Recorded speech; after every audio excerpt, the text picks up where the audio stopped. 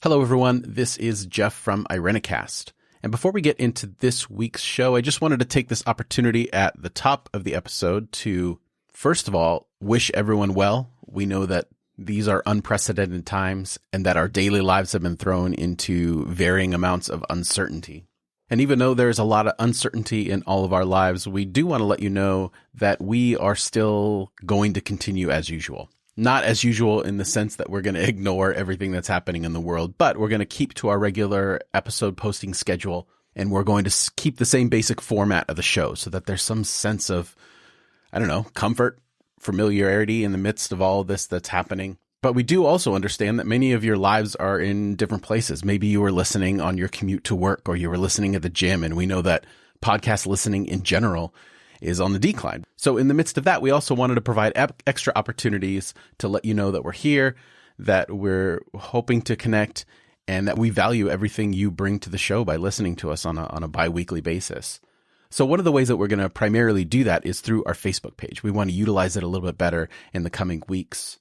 One thing in particular, Casey is going to be on every Thursdays. He's calling it Thoughtful Thursday, and he's just going to be sharing his thoughts on the week. And then also starting on Sunday, which I guess will be Easter Sunday now that I think about it, I'm going to be on Facebook Live as well from 10 a.m. to whenever. So feel free to stop by, connect. We'll hang out for a little bit and see how that goes and let it evolve. We're still experimenting with the whole process, and I've been spending this week testing some things. So real excited to connect with many of you during the week. But we also understand that many of you are not utilizing Facebook that often. Facebook can be a bit of a toxic place during this time as well.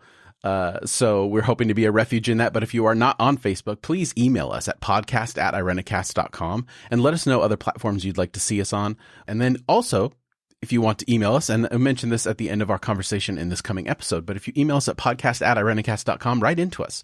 Let us know what your life looks like now. You can either just write it to us, or you can take a voice memo on your phone, send us the audio file. We'd really like to start incorporating more voices into the show. So yeah, all that to say, we love what we do. We so appreciate you and the feedback that you give us on a regular basis, and of course, your listenership.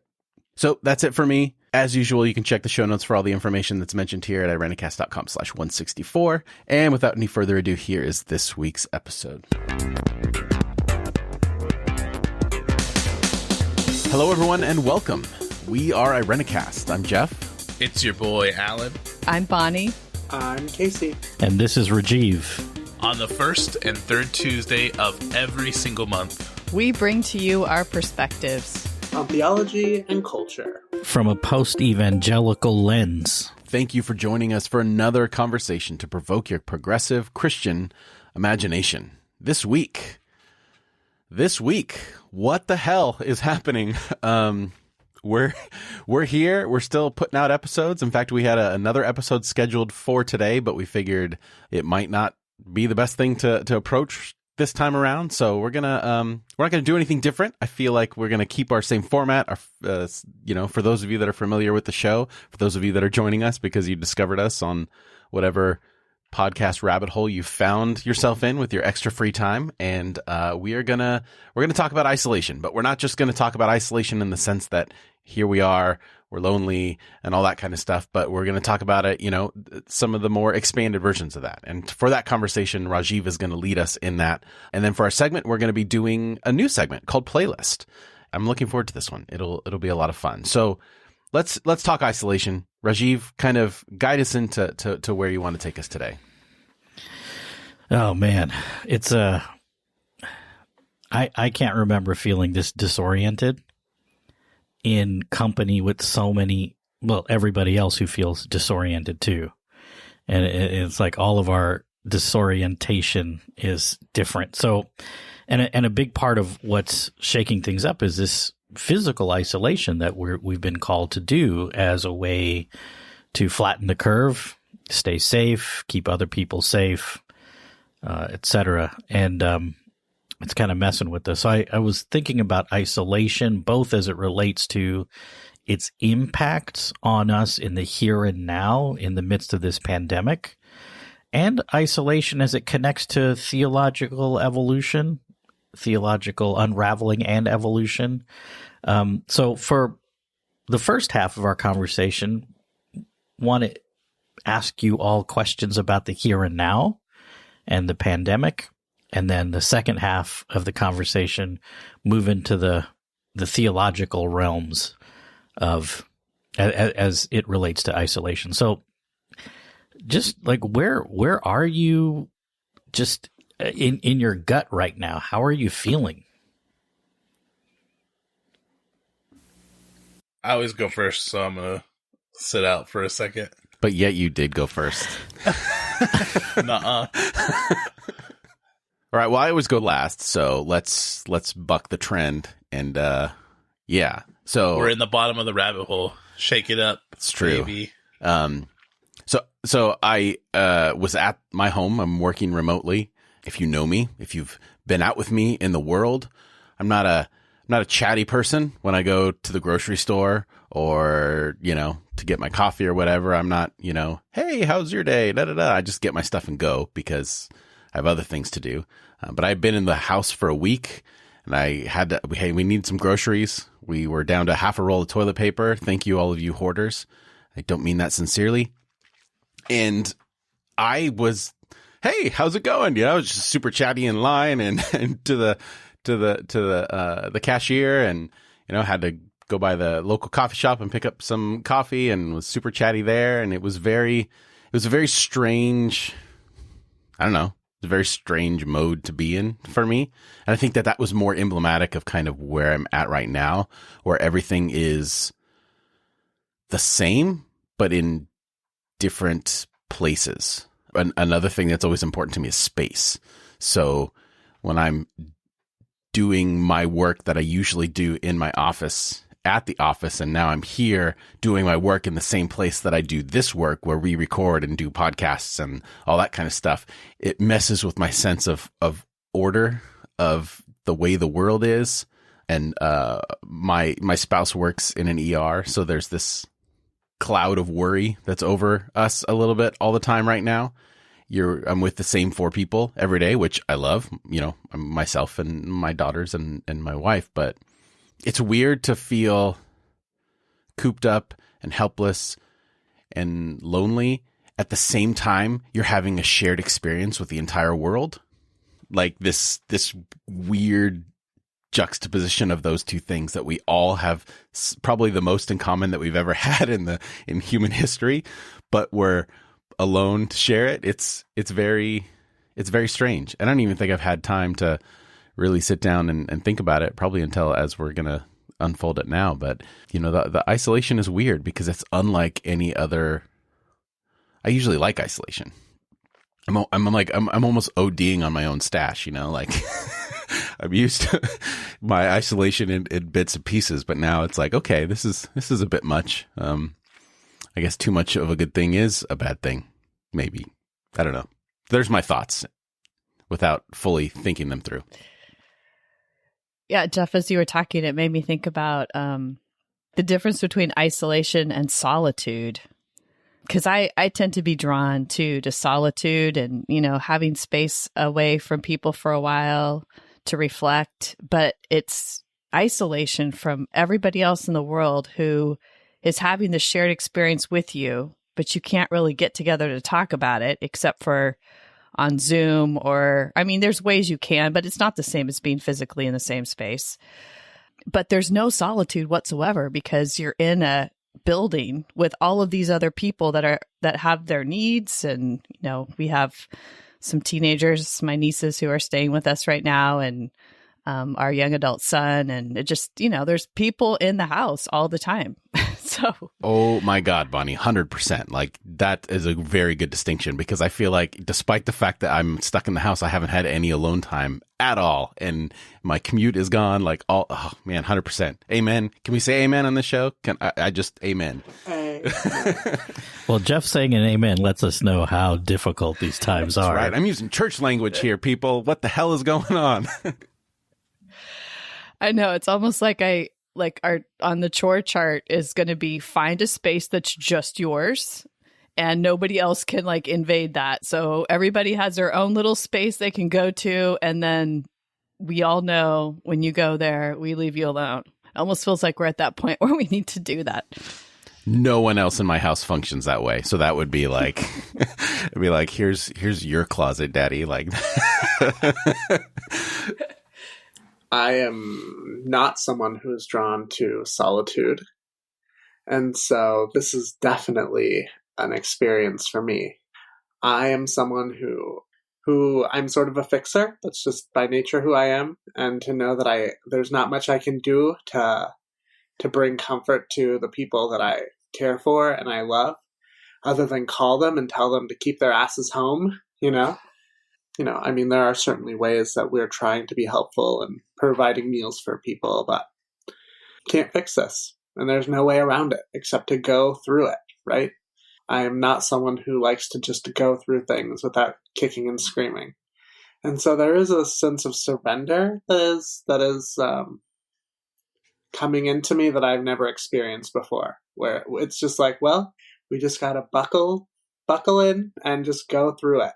I certainly have been enjoying listening to vinyl records and making meals with Jose and drinking lots of good wine. That's sort of how in fact, I went to my local wine place that I buy wine and I bought a 12-pack, that means like it's a box with 12 bottles of wine. And the lady said, well, this is quite a bit of wine. And I said, well, that's what you do at the end of the world, enjoy.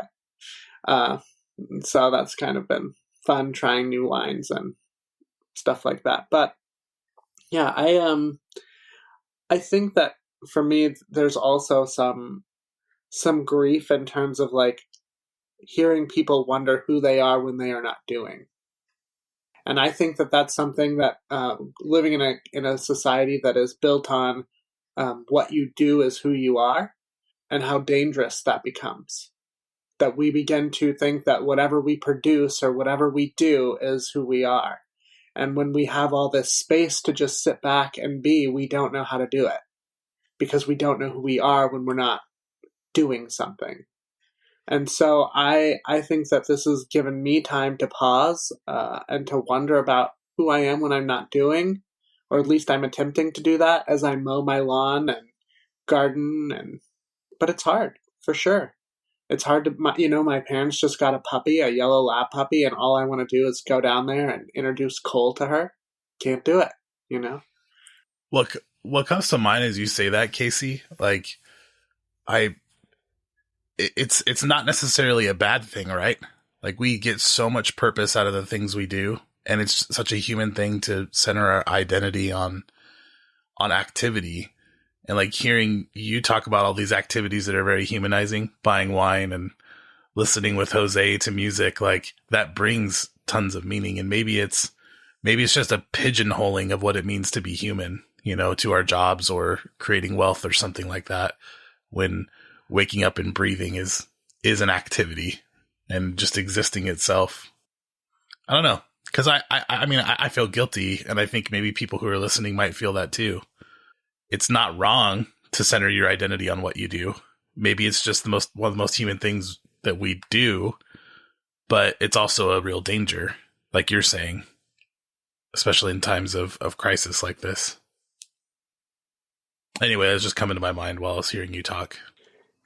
Yeah, I think that that's the point, right? Like, sure, it's not bad for us to make meaning of who we are in the work we do that is beneficial, but I think the concern comes when that's all we think we are. And who are we when we are left in a space when the thing that defines us is not available to us? Like when we have no access to get away from, even like they're being in close relationship with people, right? Like, now that you're home all the time, are you turning towards your partner and your family, or are you turning away from them? Do you feel uncomfortable in this environment that is meant to be home? I think that we are so distracted by what we do. We are completely distracted by what we do because we believe that that's what defines us. I mean, this is definitely an what do you call it? Like an overgeneralization, I'm sure, but I see all of your heads nodding. I mean, I think that this is, and Rajiv is one who definitely, we've talked about this a lot in terms of capitalism, how capitalism impacts us. And I think a part of capitalism we are experiencing right now, which is, what do we do and who are we when we are not producing, when we are not worker bees? That's all. Yeah. I mean, the previous episode with Mona, she said she had encountered a priest, I think, one time, who didn't ask people what they did for their job or whatever. He would ask them, how do you spend your days? And like just expanding the definition of what it means to do and be instead of pigeonholing it. That's interesting. And I think a lot of people would resonate with that. Well, and I think the distinction may be like, Bonnie drew a distinction between isolation and solitude. And most of us need some solitude to regenerate and, have some internal space. But there's being a contributor, which sounds to me, Alan, like what you're talking about. I'm contributing something to the well-being of self and well-being of others. And then what Casey's maybe talking about is the cog thing. Like, I'm a more valuable cog than you because well said. X, Y, Z. And two very different things. Both have some output, but there is very different, I think, relationship in the way we're seen and judged. So I'll jump in here so you can go last this time, Alan, about your feelings with isolation. But yeah, that, like what you were talking about, Jeff, I am coming to terms in really interesting ways with the fact that I think I'm more introverted now than I used to be. And so much of my identity growing up in early adulthood, certainly in adolescence and early adulthood, was as an extrovert. Could talk to anybody, meet anybody, and sort of brought a lot of energy to social gatherings. And now I'm just like, I just wish people would leave me the f alone. I don't want to see anybody. I don't want to talk to anybody right now. And just some alone time. And balancing that, there's various things. So being in a house with 4 people who I love so much has a point where you're like, you know what? I'm sick of y'all right now. I just want you to go away. But there's nowhere for anyone to go. And so there's that piece. And then having, in my case, sort of this paid work thing is just been suspended. So like, I don't even have that to go to right now. It's just kind of in limbo. And sometimes work can be a respite from the other parts of life, and vice versa. Your personal life can be a respite from your work life. Yeah. Just all the normal kind of things. Like Jeff, you were talking about your commute. Yeah. Those moments where you're just going from point A to point B. It's just you. You get to decide what you're listening to or not listen to. You can decide to take the long way if you need to give yourself 10 extra minutes. Yeah, all of that being turned upside down. And I think the challenge for me is okay, I say there are things that matter most.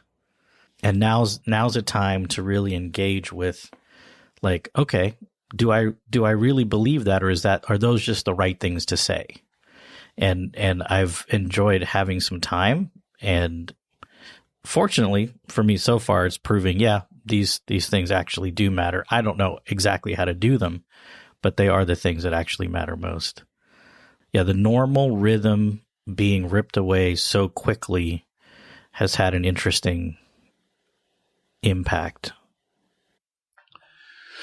This month will be the 4-year anniversary of me living by myself. The first part of my life, I never lived even 1 month by myself. Always had roommates, brothers, family. I was married for 10 years. And then moving into a phase of my life where I was seriously alone for 4 years was like a deep schooling, I think, for this moment for me. And there was a lot of wisdom that I've gained over the years, practical wisdom in that. Jeff, you talked about space.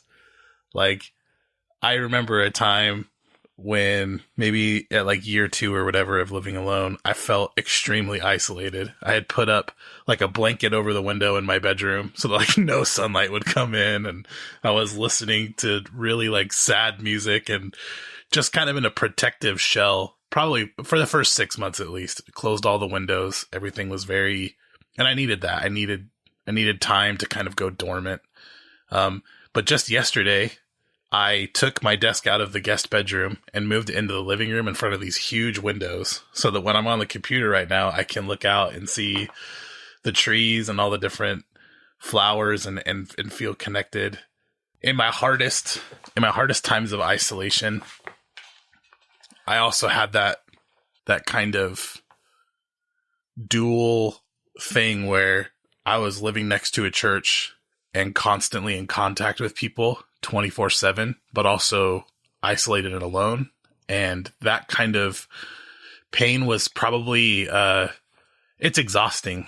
And one of the reasons I discovered for that is like, we're herd people, right? We're like herd creatures. We can't live on our own. We have really long adolescence as humans. We require help from parents. We require help from our tribe. And so we're like biologically hardwired to be connected, to receive and to give. And when we're deprived of that, at least, I don't know, there's so much hardwiring for connection that if we're not careful, we can be overtapped. I think we're biologically hardwired to connect and need that. And when we are isolated, some listeners might be completely alone. There's lots of studies that have been done that our brains sort of wither without connection, whether it's physical touch or just stimulation. And that's why things like solitary confinement are so brutal, or why things like isolation for people who are older in our congregations are so brutal. When there's not the mental stimulation, the brain starts to like have like a harsh winter. Instead of a summer or a spring with lots of things going on, it goes into a wintering kind of mode. And I felt that in myself. It doesn't take long in isolation to get to a point where you feel the impacts of that. And so I guess all I'm feeling right now is a lot of empathy. Like in my journey over those 4 years, I got to a point where even really just this last year, I've had increasingly larger like revelations is the word I would use in my mind about how unalone we really are and how untrue isolation really is. And I won't go into all of those. I think I've probably done that on other episodes, but being connected to our family, to our ancestors, to like this planet, the fact that a microorganism could travel the world in less than a month, that my gut biome is connected to someone in a continent, in a place that I'll never know, is like, that's incredible.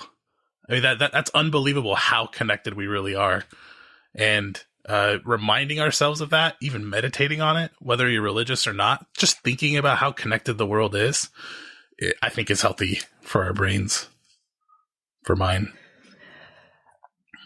I think, Alan, as you were talking, I was thinking, there's isolation, and then there's like what we're experiencing right now, which is isolation with like fear, like intense fear and uncertainty about the future.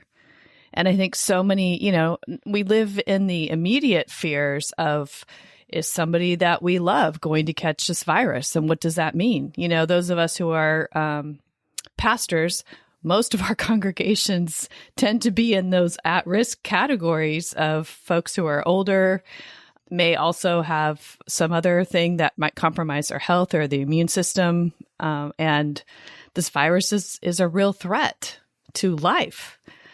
And then there's also the anxiety and fear around lost income, bills that are due, and people aren't being able to pay them. And, things are moving along that seemed like they were going along pretty well. And then all of a sudden, bam, here comes this threat to livelihood, or perhaps even loss of livelihood. Plans that were laid out in front of us are now having to be completely adjusted. And many of us probably don't know exactly what that's all going to look like, how it's all going to shake out. And in times like that, spiritually, we need to be together. So it's like it's isolation from being able to process our fear and our anxiety. And even though, yes, we can do it over the phone, we can do it through Zoom or whatever, it just feels so different than being able to actually get together with a friend or a group of friends and talk about the fear part of what this is all like. Anxiety is a physical thing. That's what comes to mind. Being physically present is a way to process that. And there are people in my congregation who can't see. There are a lot of people, probably in all of our congregations, who can't see their loved ones who are in the hospital right now. Can't even visit and be with them physically. And people who are dying, who have died, they can't get together and have a funeral or a memorial. Women who are pregnant, they are facing the possibility of having to birth alone rather than having a loved one with them. I mean, there's like a lot that's going on right now. It's just I guess I'm doing all of this just to sort of name some of the realities of what people may be experiencing. I know I'm experiencing, and I think it's very different than your traditional isolation. I think it's important to acknowledge the fact that all five of us have sort of these lockdown environments that are safe, that are relatively comfortable. And there are folks who have lockdown environments that are dangerous to their physical safety, their emotional and mental safety. That to me is just, I can't think about that too much because it's an overwhelming sense of sadness and fear on behalf of some people that I know, and millions that I don't. So that's just horrifying, as well. If anything comes out of this, hopefully it's a support for our public systems like schools, public schooling, public places where people are safe, public libraries, things where people have normalcy in their day that's not in those unsafe environments. Well, and like if we can't learn that healthcare, universal healthcare is good for all of us, from this it's just like, well, fuck us then. We should just for real. fucking die. Let the goddamn roaches take over. I honestly, Rajiv, I seriously have been thinking about this for the last few days. Like, the things that they tell us, by they I mean the government, tell us are impossible. Like universal health care, a living wage for all, like a universal basic income. I mean, these are things that overnight were passed. Overnight. Like, if we could rally together, and they say that we cannot get anything done around global warming. I mean, there are things that we cannot get done around sexism, racism. I mean, overnight, we stopped not just our nation, but the world has stopped and slowed down. We have the capacity to do whatever the heck we want to. We do. And it also underscores the fact that we humans are the problem. China's air is getting cleaner. I was looking at little short videos of the canals in Venice. Dolphins are swimming around. Like, what? There's coyotes roaming the streets of San Francisco right now, just chilling out in the broad daylight. Like, this is, we're the problem. And I don't know. I feel like Mother Earth is just like, fuck y'all. No. We're not the problem. The richest people who are hoarding wealth in our world are the problem, not poor people, not the people who are working, not the people, because it's not the same across the board. Regular people and their impact on the environment is far less than the people who are hoarding wealth. And so in the middle of all of this, it's like, it's so easy to forget that like there's a real difference on the playing field. There are bad actors. Even in this bailout, there are people that are going to be massively rich because of what they're doing. And it's tough for me to hear that human beings are, I know what you're saying and it's true, but it's also like more complicated than that. And, I don't know, we've outsourced our environmental pollution to, less wealthy places. Like there was memorandums sent from our government to say we need to pollute Africa because Africa is literally an underpolluted continent. And so we needed to figure out a way to be able to do that. I think justice will mean justice for our whole planet. Things like Casey was saying, universal basic income or healthcare, or, you know, raising the living wage, that kind of thing. It's going to have reverberations for all of life on our planet. To me, that's where a lot of the injustice lies. Well, before we, start a new episode here, I want to go back to something Bonnie said when we were talking about isolation, and that idea of that idea that you were saying where, people's reality of what isolation is very different from us. And I think that that's the fundamental problem with where we came from as fundamentalists and where we are now as people who are in some semblance of public work, is that how do you communicate these universal experiences or universal feelings that are attached to like infinite experiences and cover all of your bases and still maintain diversity and still not close yourself off in your own group. So it's this weird paradox of commonality and things that are separate. And I think that's the struggle that we have. And I think that struggle is reflected in political correctness and the language that we choose to use as how do we include everyone. But then also I think that's kind of the place where we stand when we're talking about all of this idea of isolation and frustration, is that it already just the five of us sharing about where we are is very different. And, how do you Venn diagram the whole world in one conversation? And I think that that's part of maybe the things that we need to learn to let go of is, and maybe this is a ministry thing, because we're all have ministry. If it's not, then please, let us know. But where you feel like everything that you do has to lead to an ultimate solution. There's this weight to like every decision that you make, that it's going to be a slippery slope to this or that. And how do we balance all that? And then that makes you even like feel more isolated and more lonely, because you feel like you're the only one carrying that burden. You're the only one doing that, what needs to be done. And then on top of that, for those of our listeners who are, I'm building a very big mountain here, but hopefully we'll tear it down in the end. But, in the midst of that, then you're talking about how, many of our listeners who have deconstructed and the loneliness that goes to that. And there's so many layers to it. So I think that it's helpful that we can share our conversation and our experience, because I think people are going to connect with something that each one of us have said.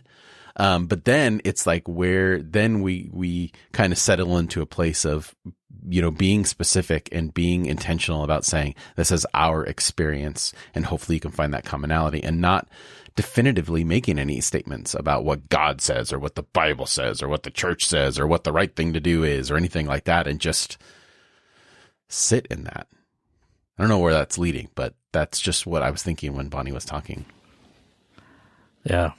I mean, there's just a lot, right? And it's just a lot. Even I think I sense even my thought patterns are disrupted. Usually I could rely on even the bad thought patterns, right? They're like familiar and friendly and some oddly reassuring, right?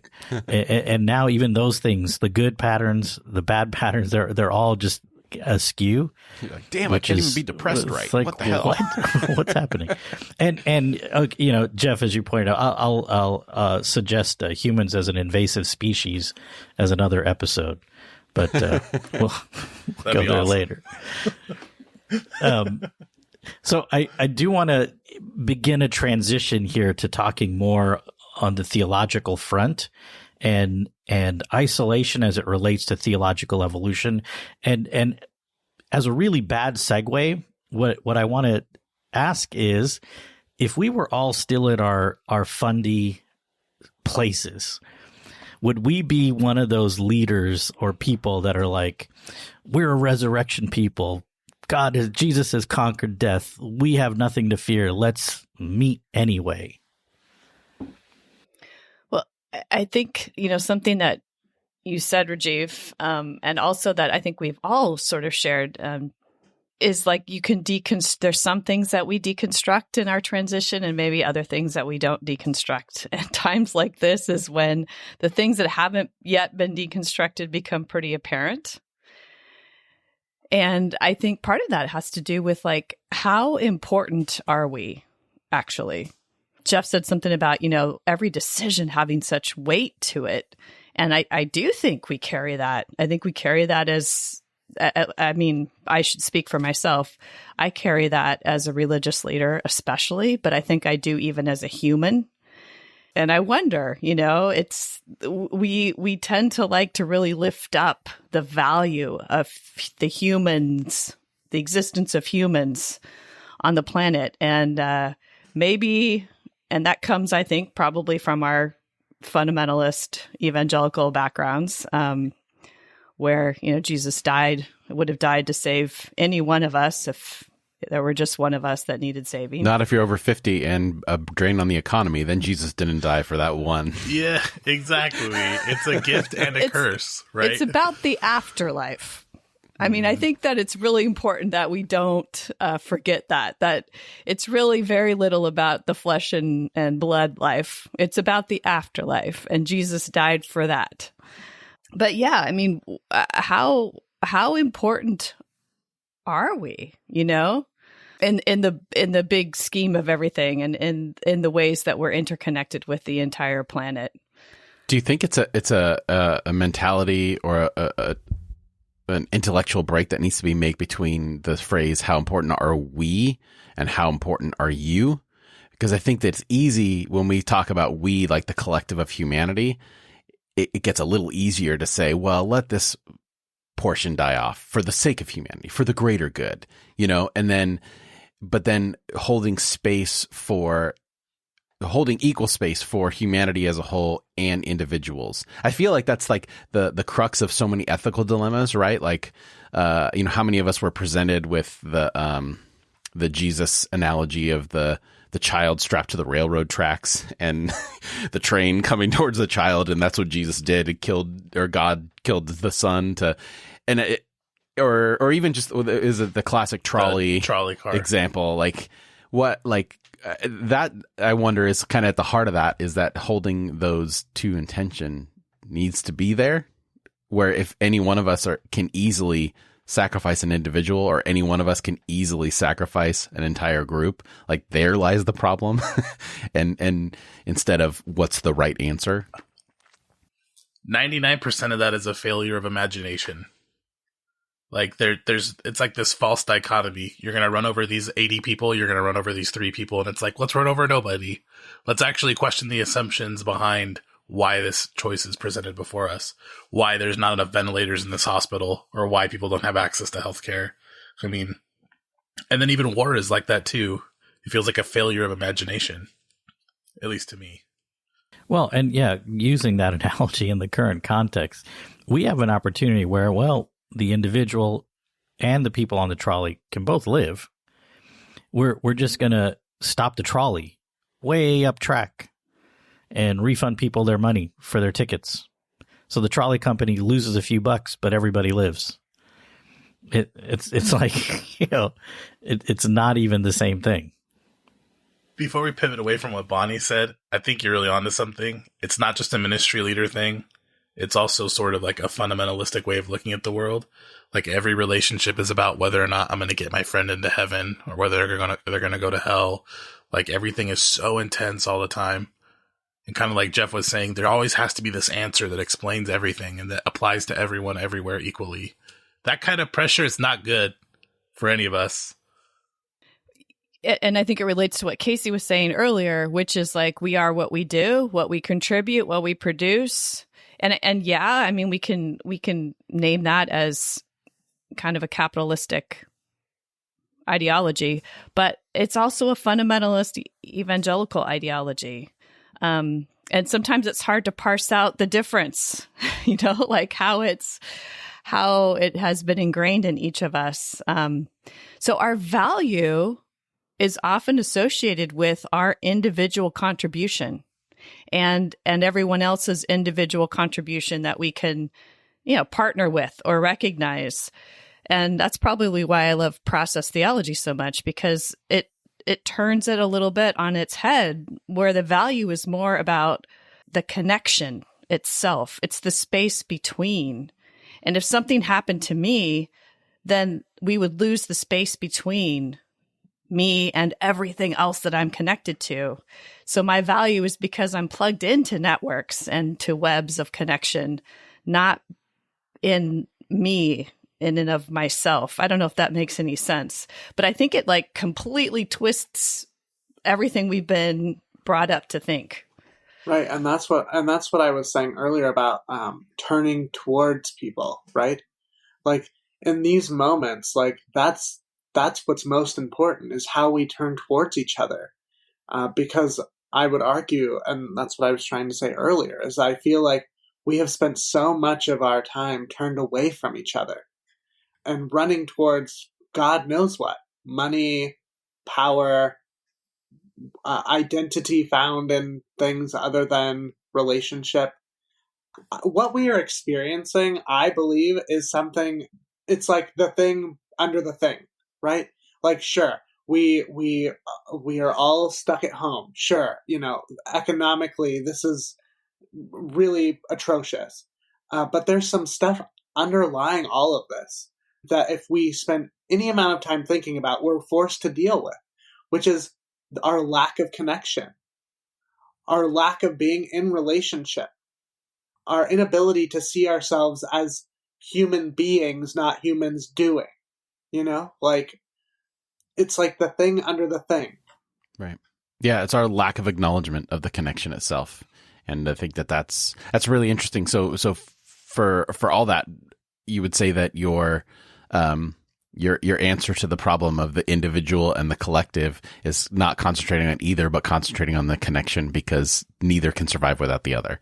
And I think that's pretty nice, right? It's that, I don't know why, but it reminds me of the whole faith and works debate that I used to have back in the day, right? Like, is it faith or is it works? Well, they're both the same. That's to bring flashbacks to everyone. But I mean, right. I think that's a good place to rest in, is to concentrate on those connections, whether it's our gut biome, Al, or I just love that you said that in the beginning of this episode, or, our just shared experience in this moment, that concentrating on those things of connection is key, and acknowledging them, because it's not like, it's not something that we believe in or don't believe in. They exist. It's there. And then how do we acknowledge it and highlight it? And it's on all of us to do that work. Like, if the society is going to change, each of us individually have to actually honor those connections. Well, and I think part of the work is to really be clear-minded about what you've done and what you still need to do. Like Bonnie brought up deconstruction and sort of not really. I think the vast majority of people I know, and we know lots of people who talk about deconstruction, the vast majority of them have redecorated. They haven't deconstructed. They've just moved some furniture, they threw up some fresh paint, they invite more people in, but they haven't deconstructed. They've just redecorated. Ooh, that's some shade right there. Like, I know. No, it's not a negative thing. It's just, right. I mean, that's growth too. But part of what's important is recognizing, what have I done really? What do I yet need to do really? And what's not important? What gets to fall by the wayside? And, self-delusion is one of our greatest enemies. Our greatest friends. It's like a warm blanket. It's like a warm blanket. Would anyone have kept their Easter plans or kept going to church in your former life? I didn't hear everyone's answer. I was just curious. We all avoided it. I would have. Yeah, I totally would have too. I grew up, that Pentecostal side of me would have been like, look, God will protect us. It'll be safe and fine, and we will celebrate the day. And especially because in those days I was a Republican, right? So I would still be listening. I would be under the eye of the great orange man. Under the eye. I don't even know how I would answer that question. I think I've lost touch with who I was so much that I don't know what I would have done. I'd like to think that like science was such a big part of my life that I would have not held services, but I honestly don't know.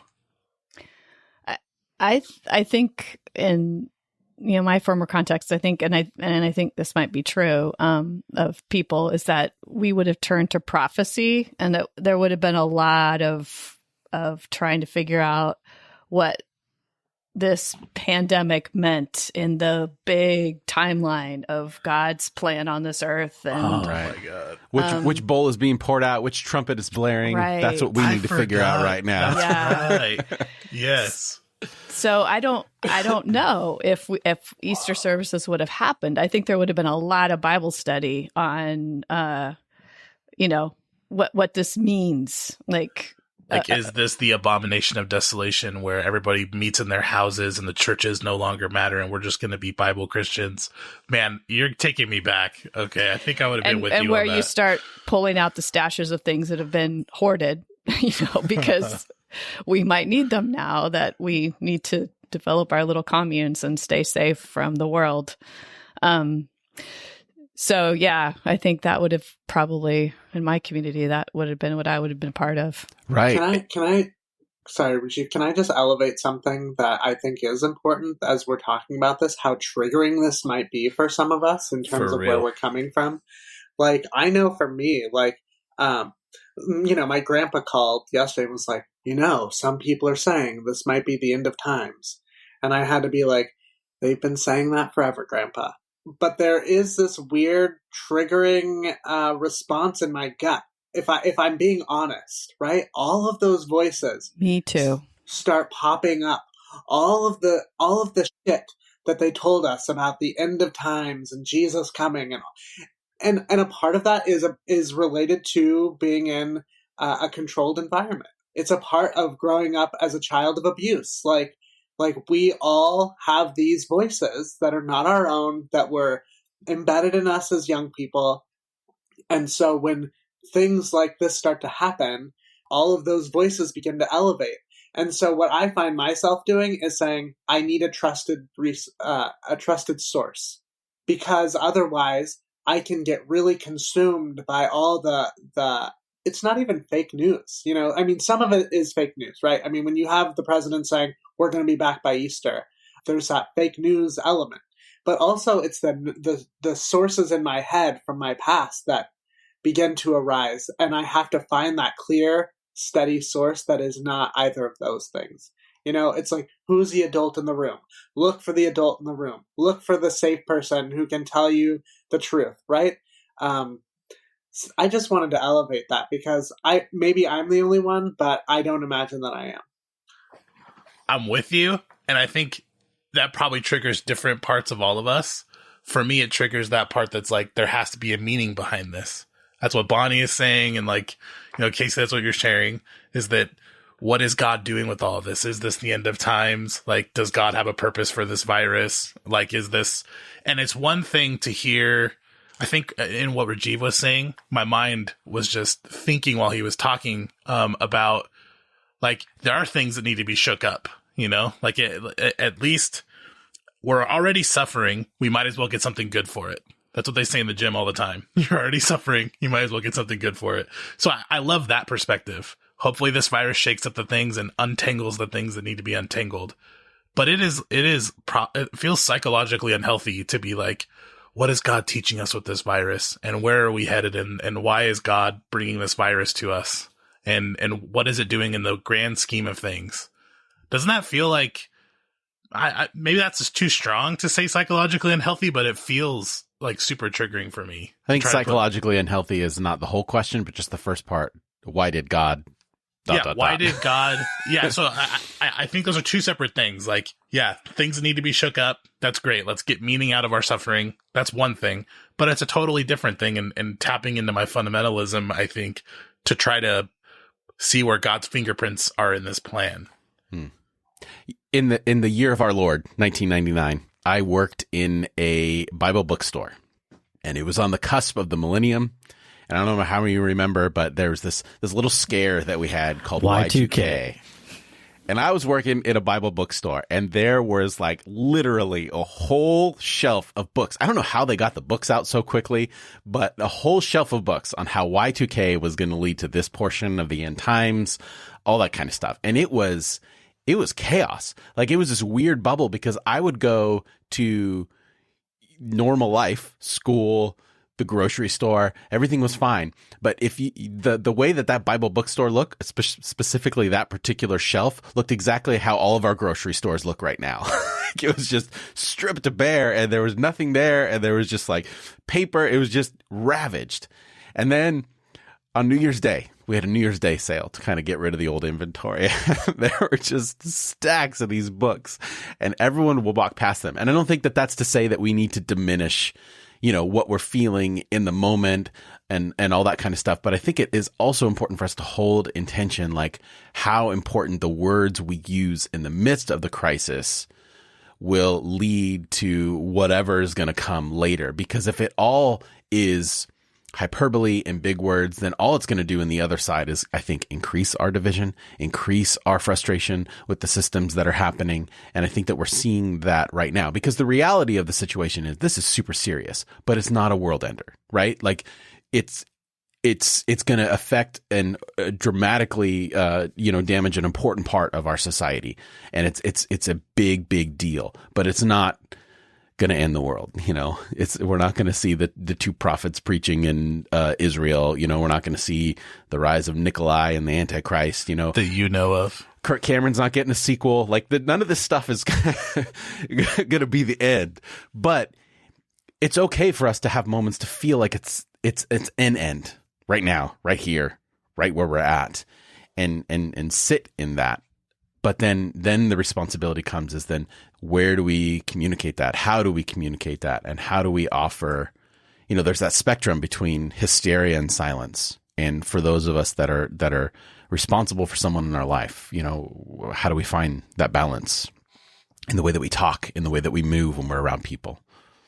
But what's interesting right now is we are really avoiding the question or the dynamic of isolation as it relates to theological evolution and what that's done. And I think it's partially because maybe we're not sure, and partially because we're still pretty wrapped up in everything that's going on and trying to sort through all of that and find meaning in it, which I think we all do. Even if we didn't grow up fundamentalist, people are trying to find some sort of meaning in the midst of crisis. And we've got a protracted crisis. It's not just a 5-minute incident that was devastating, and then you begin to deal with what's next.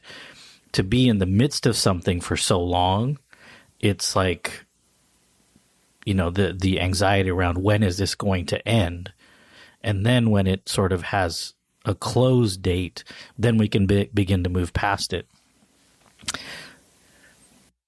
But the crisis is that we are connected.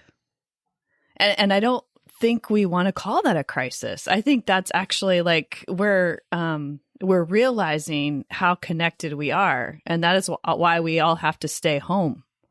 Because by traveling, our connection, our hyper social ability, which is what we are as humans, is actually right now causing the potential for harm for each other. And it's in the realization of how connected we are that we decide to stay home. So, like, that's not a crisis. This is, I mean, it's a crisis in terms of the ramifications and the effects of having to stay home. That may cause, of course, it's going to cause harm. But I think if we can remember that it's the connection that's the crux of this, then perhaps when we finally do get to leave our homes again, that connection can actually facilitate a kind of healing, a kind of collaborative healing and helping one another on the other end of this that we've never seen before. Right. There is no, like, returning to normal. Like, there is no, like, going back to normal after this. For as long as we are in the throes of this, like, we create a new normal. And so I think that it would be foolish of us to think that that we're just going to go back to normal after this. or what normal used to be, you know? I'm with you, Bonnie, that I think that out of this has the potential for us to see how connected we actually are to one another. Yeah, I agree with you. And maybe that's why it's difficult. Like, I'm trying really hard to dig deep and associate the isolation that I experienced in my spiritual or theological evolution with this kind of isolation.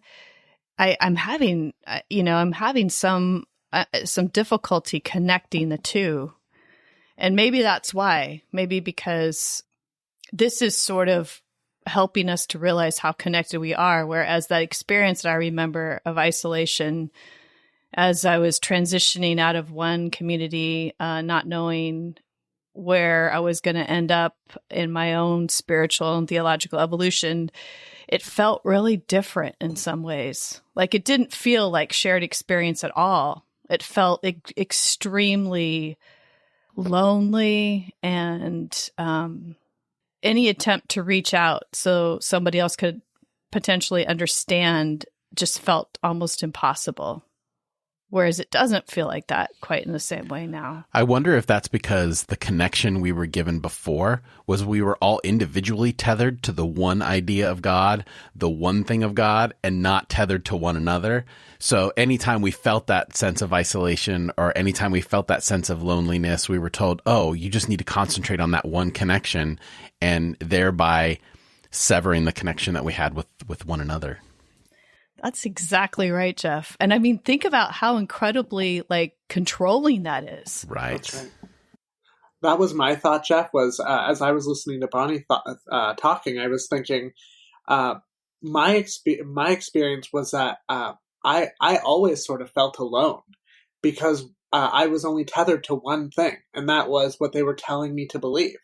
Faith in the fundamentalist world is rooted in this idea that it's yours. And yours alone, your personal relationship with Christ, your personal salvation. Pull yourselves up by your own spiritual bootstraps, right?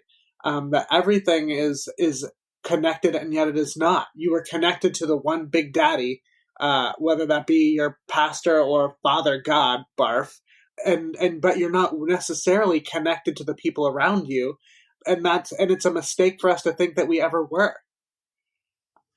I think. I mean, that is the biggest grief that we hear in terms of the people who reach out to us. What they are brokenhearted about isn't that their theology changed, but that they lost this community. But the fact is, this community was only rooted in this one thing. And so when you lose that, it's not that you're losing these people. It's that you're walking away from your abuser. And they're all still stuck in the abuse. Right, cycle. You're not losing that. Your eyes are being opened to the fact where the real connection was the whole time, and That's that right. you were given a false connection. Yeah, even if 100%. it was just the connection of having to obey the dogma, and that's what everybody shared. I'd like to ask you, Bonnie, taking it a step further. Well, I just before you move on from that, I'm not moving on. But just from what you said, it's not that I don't think that it was maybe this is for me in evangelicalism. My connection wasn't the dogma. That's what we did, but my connection was still real with those people. It was still deep friendships, all the things that I would be doing now with people that I'm connected with. It was there. I think that what that does was that the false dogma tainted it and made it temporary. Conditional. Right. Very conditional. Right. In thinking about my own spiritual journey, and through places of isolation and feeling disconnected from everyone, I'm wondering, Bonnie in specific, but anyone can answer this. Do you feel like you've gotten to a place where you've gotten past that isolation and now you're entering a place of even more connection than you've experienced before in your specific spirituality, with groups across boundaries and in different settings? Is that something you've experienced? I think my lenses have changed at looking at relationships and connection. And so in that way, entering a completely new space with people. But I still hold a lot of grief for the connections that I remember having in my past. And I think it's in my former fundamentalist community, because we were all centered around one ideology, and it was like so clear, and our existence together like mattered in a way that's different now. But I think that's part of growing up. You know, it's like grieving childhood. Like there's a lot about being a kid that I miss as an adult. I think grief as part of the journey is really important to acknowledge and to honor, connections shift and change, and our perception of connection shifts and changes as part of this evolutionary process, I think. I guess what I've experienced is this like reintegration of connection. I felt so isolated and disinvited and not welcome. And parts of me like rejected, had to go through the process of rejection and of isolation. And now for some reason, I feel like I'm entering this, maybe it's just a season or whatever, but when I see people who are still in the places that I come from, or are, you know, I see them as individuals, and I see like their journey, and I still feel connected to them. And I'm feeling it more and more, regardless of where people are at. So I guess there's this like kind of blossoming understanding for me in my spirituality, more alone, literally, because there's not a lot of people that we talked about this on other episodes we recorded or will be released, but having less conversation partners, but at the same time feeling more connected to all of humanity. So like there's this weird juxtaposition between the two. Yeah, and maybe that's a better way of saying it. Like I miss the conversational relationship. Yeah. When the conversations were so focused. And now they're so wide open. And there's beauty in that. But there's also something about, you know, having such a focused conversation that tends to bring meaning and purpose to life. And births podcasts. Well, any final thoughts? Casey, you have anything to add as we kind of close out this? I feel like I've talked so much this episode. Maybe not, but I feel like it's good for the soul. I feel like I was the one who's doing whatever that. Bonnie says is right. So I'm going to offer my time to Bonnie because she is brilliant. I will too, because I feel like I'm in an unhealthy place. I feel it, you know? Like, you know, when we're all stressed out and anxious ridden, I get way more, I don't even know, combative or something, or I push my way into spaces, and I feel like I've done a lot of that. So I'm going to follow Casey's lead and sign off to Bonnie. Whatever she says is what I say. All right, Bonnie, final words are yours. That's the consensus.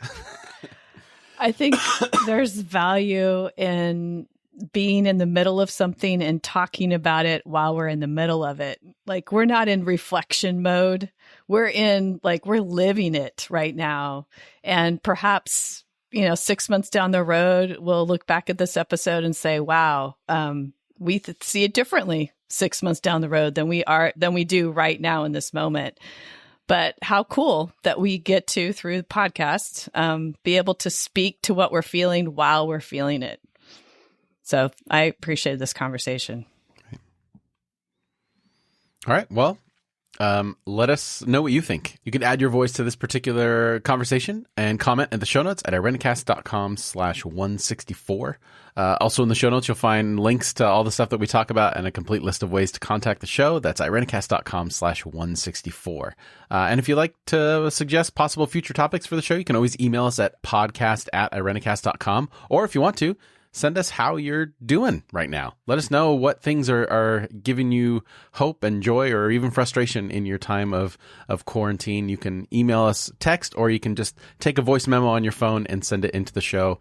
We'd love to start incorporating new voices into everything that we're doing here. So that's email us, podcast@irenicast.com. On the other side of the music, we are going to be doing a brand new segment called Playlist, and I think we're going to center around the emotion of anger. Can't wait for that one. It should be good.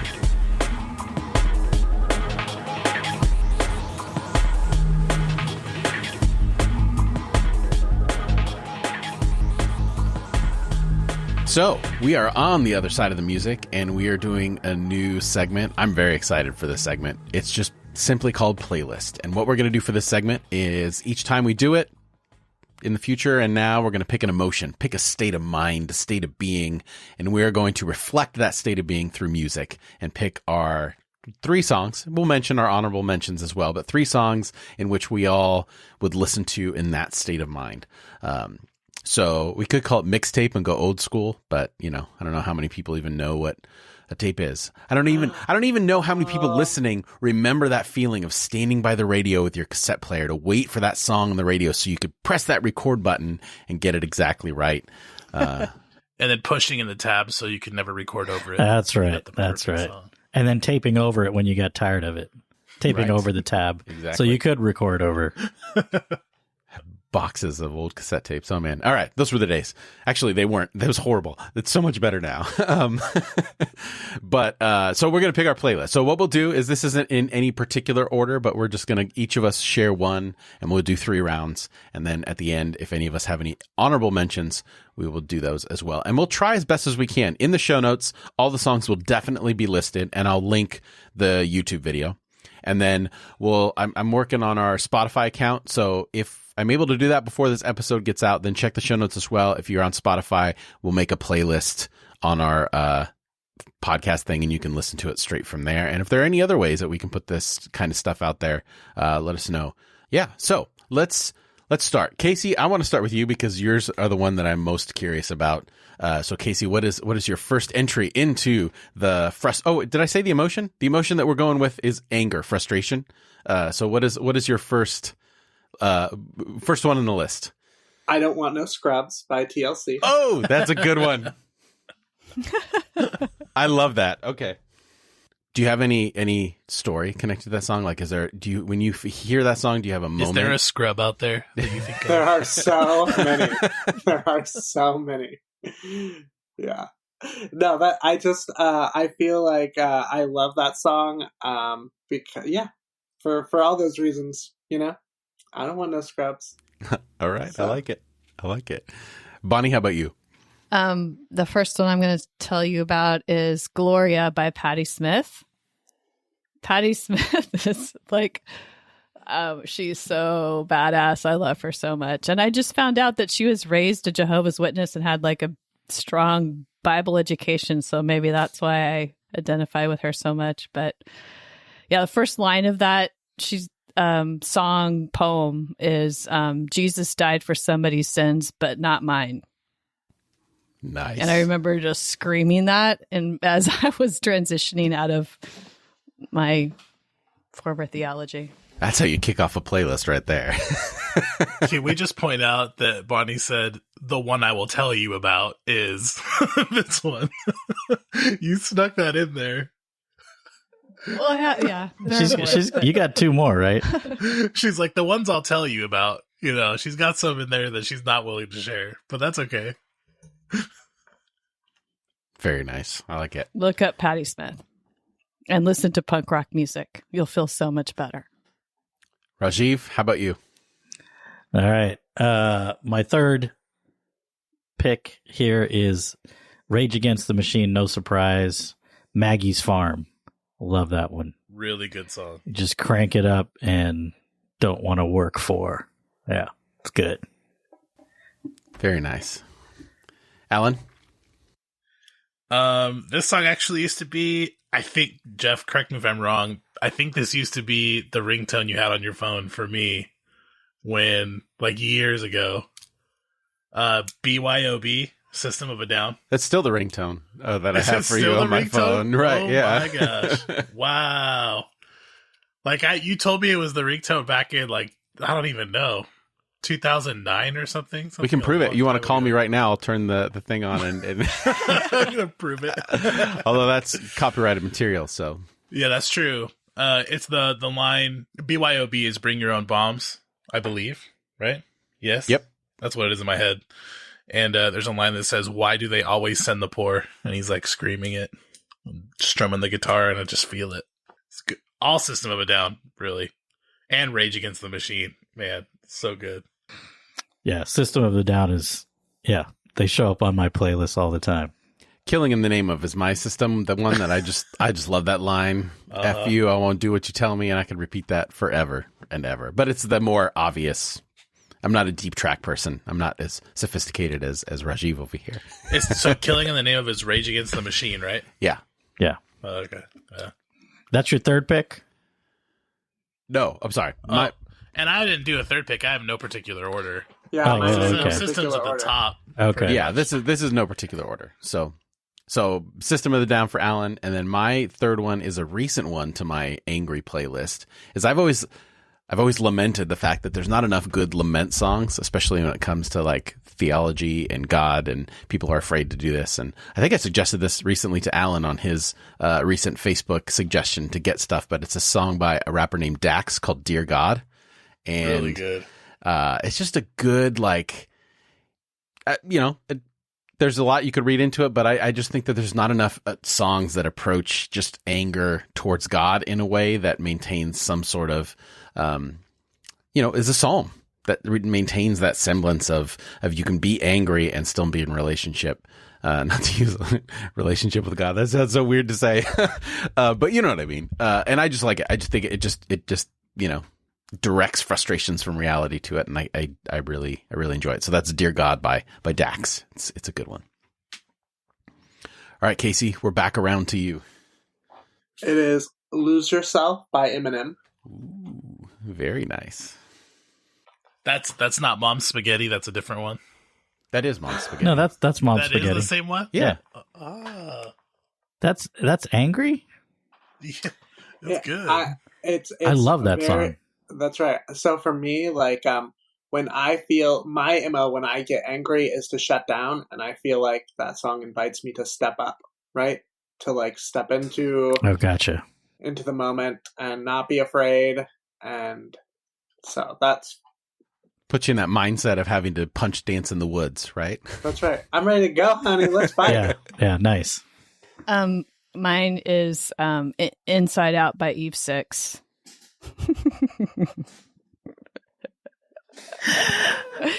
Beautiful I Oblivion. love What did that you say? song. Everyone's cracking up. Beautiful Oblivion. By Eve 6? Yeah, Mhm. Inside Out. And I sing it to God sometimes. I love it.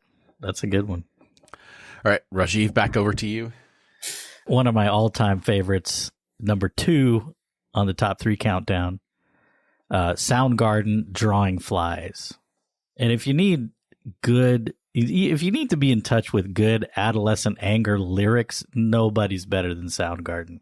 Here are the opening lines. Sitting here like uninvited company, wallowing in my own obscenities. I share a cigarette with negativity, sitting here like wet ashes with X's in my eyes and drawing flies. And it's a great guitar riff too. Oh my God. I can't wait to get off this so I can listen to it again. Does Soundgarden not have a good guitar riff? I mean, Yes. it's Soundgarden. It's They're amazing. great. Well, and one of the greatest voices ever. Yeah. So sad. Did you ever hear Chris Cornell's cover of Billie Jean? No. Oh, find it. I will look it up. Check it out. Oh man, it's so good. We should do a covers playlist the next time we do this, and that'll be anyway. Mhm. All right, Alan, your next entry into the Irena angry list. No, that's not good. I like it. So this is just like a guilty pleasure, I guess. If you need like a light and repetitive song for your anger, Modest Mouse, Dukes Up. Come on and get your Dukes Up now is like repeated multiple times, and it's got this cool little like light. Sometimes my anger feels that way. It needs to be a little more productive. I can see that. Alan, I love that you are just a consistent person. Modest Mouse. Nice. That's so great. My next entry, I'm going with the same artist as Casey on this one. It's an Eminem song, and it's called The Way I Am. And I love that song. Obviously, I've never been famous or a rapper, so I don't understand what it's like to be famous and people pushing on you, but I certainly understand the frustration when people push your boundaries, and I feel like that's the feeling I get when I listen to the song, is just lashing out. And I felt this deep when I was at the end of my deconstruction as a youth pastor in evangelical church and feeling like no one knows who I really am here, and just have all these assumptions about who I am. And so this is my angry song. It's always at the top of the list sometimes. Yeah, that's a good one. My final song is Not Ready to Make Nice by Dixie Chicks. Forgive sounds good. Forget, I'm not sure I could. They said time heals everything, but I'm still waiting. I love that song. Yeah. It's a great song. I like it. Bonnie? Oh, anything early Alanis Morissette, but especially Ironic. I love that song. That's so Don't good. you think? Don't you think? It figures. Yeah, that's the line. There you go. It figures. That Jagged Little Pill album is so It's so good. I revisited it shortly after I left my church that I was a youth pastor at when I was still in evangelicalism, and there's some of the deeper tracks in there that I was like, what? How have I listened to this album so many times and missed like the lyrics? There's the one where she was why can't I remember the title, but where she's talking about her upbringing in Catholic school and how the double standard of her brothers and her, so good. Yes, so good. So good. That's a great choice. I love it. All right. Rajiv. Okay. This is like really hard to narrow all of this down. Yeah, So when I've- we were planning for this, Rajiv was like, Anchor playlist. I have like 3 of those. 3 playlists, not 3 songs. Right. Yeah. So mine actually would qualify as a cover track as well. My top song is Rage Against the Machine. No surprise. They're 2 of my top 3.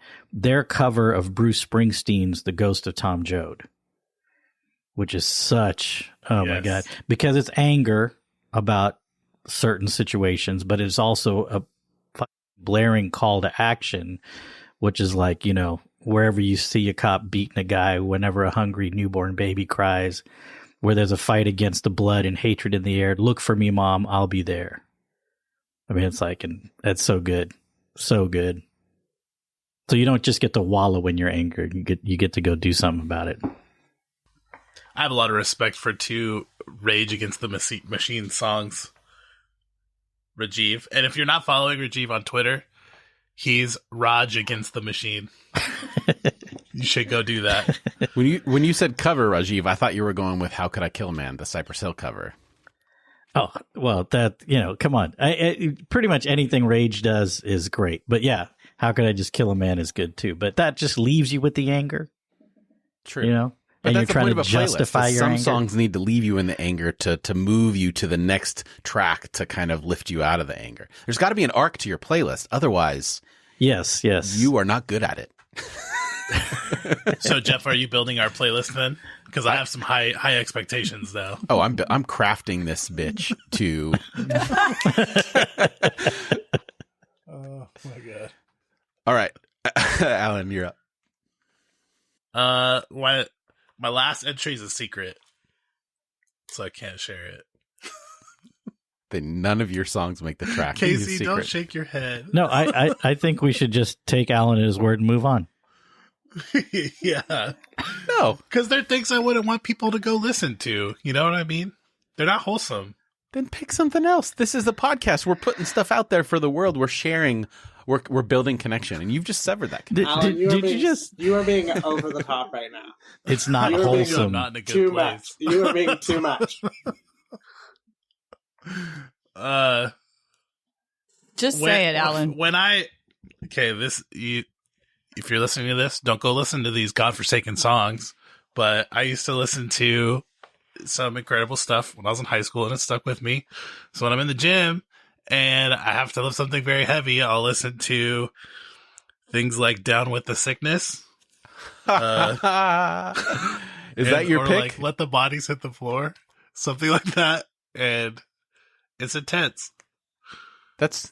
So you got to pick one. What's going to make the cut for the playlist that we put together? Well, I would say "Down with the Sickness," but it's an inappropriate song. So Let the bodies hit the floor is slightly more appropriate, so I'll go with that one. Well, let's put it in the context. Has anyone ever seen the YouTube video with Bodies Hit the Floor where it's just a montage of Benny Hinn clips where every time it goes, let the bodies hit the floor, he puts his hand out and people are slain in the spirit. I will put that in the link of the show notes because it is one of the best videos ever. It is so great. Yeah, that song is so great for getting angry. It's awesome. Okay, so let the bodies hit the floor by, what is that? It's not Disturbed. It's Drowning Pool. Drowning Pool. That's right. Yeah, Down with the Sickness is Disturbed. That's right. All right. Mine is kind of one of those songs that's like when there's still like an angry residue, but there's some reflection happening in your brain. There's this band called Hailstorm, one of the best female rock singers right now in the game, and it's called Here's to Us. And it's just this reflection of like, here's where we're at. This is what we've gone through. We've gone through some crap. We've gone through some good times. It's really difficult. And for anyone who wants to judge our history, F them. Here's to us. And it's a wonderful, it balances angry residue and celebration all in the same moment. And I think that is just a beautiful, wonderful thing. And her voice is beautiful and gruff at the same time. It's a great song. It's a good one. All right. That's our playlist. So we'll try to put this on there. Any honorable mentions? Anyone? Rajiv, you have a list, I'm sure, but any other ones that you want to share just to get out there? The list is just so long. I mean, War Pigs is another great one. By Black Sabbath is the best, but there's some great covers too. Dear Mr. President by Pink, I really love. Pink is wonderful, especially for these days. Yeah. What's that other song she does? It was the more popular one, the one where she wants to get in a fight. That's on my list too, of my honorable mentions. What is that song? It was after she broke up with her husband. Yeah, it's so upbeat though. It is. It's great. It's so sometimes catchy. Anger's fun. Let anger be fun sometimes. It's anger. Yeah. I wouldn't want to fight Pink. Add some Dixie Chicks to my playlist. That's my plan. Oh, they're so Casey, good. Submitted that. I'm going to add it to my lifting mix. Any other honorable? I had Pork and Beans by Weezer. You ever listen to that one? Yes. It's a good one.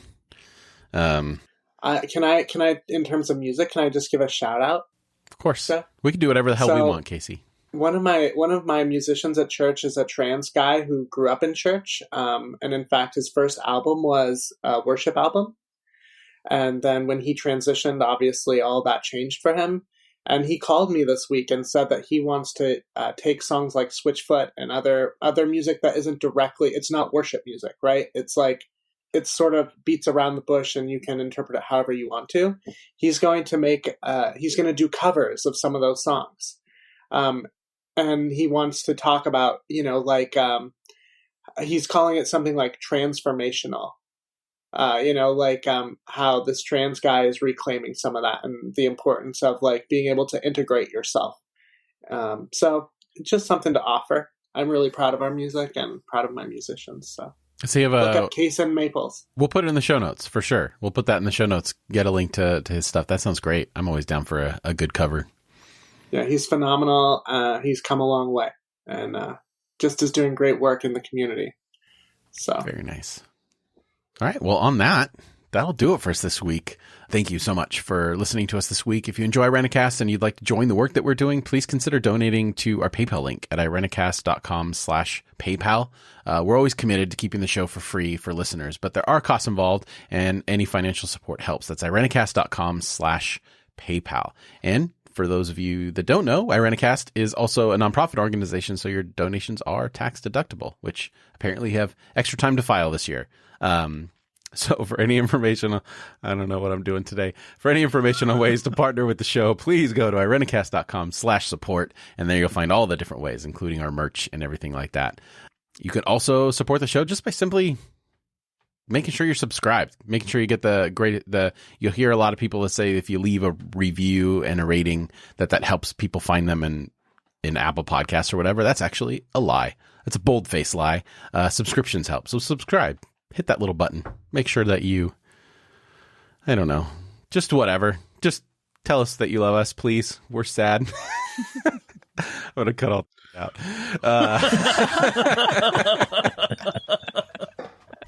On top of that, you can cut out anything you want from what I said in the whole episode. This is great. This is where we are. So for this week, I'm Jeff. It's your boy, Alan. I'm Bonnie. This is Casey. And this is Rajiv. Thanks for joining the conversation.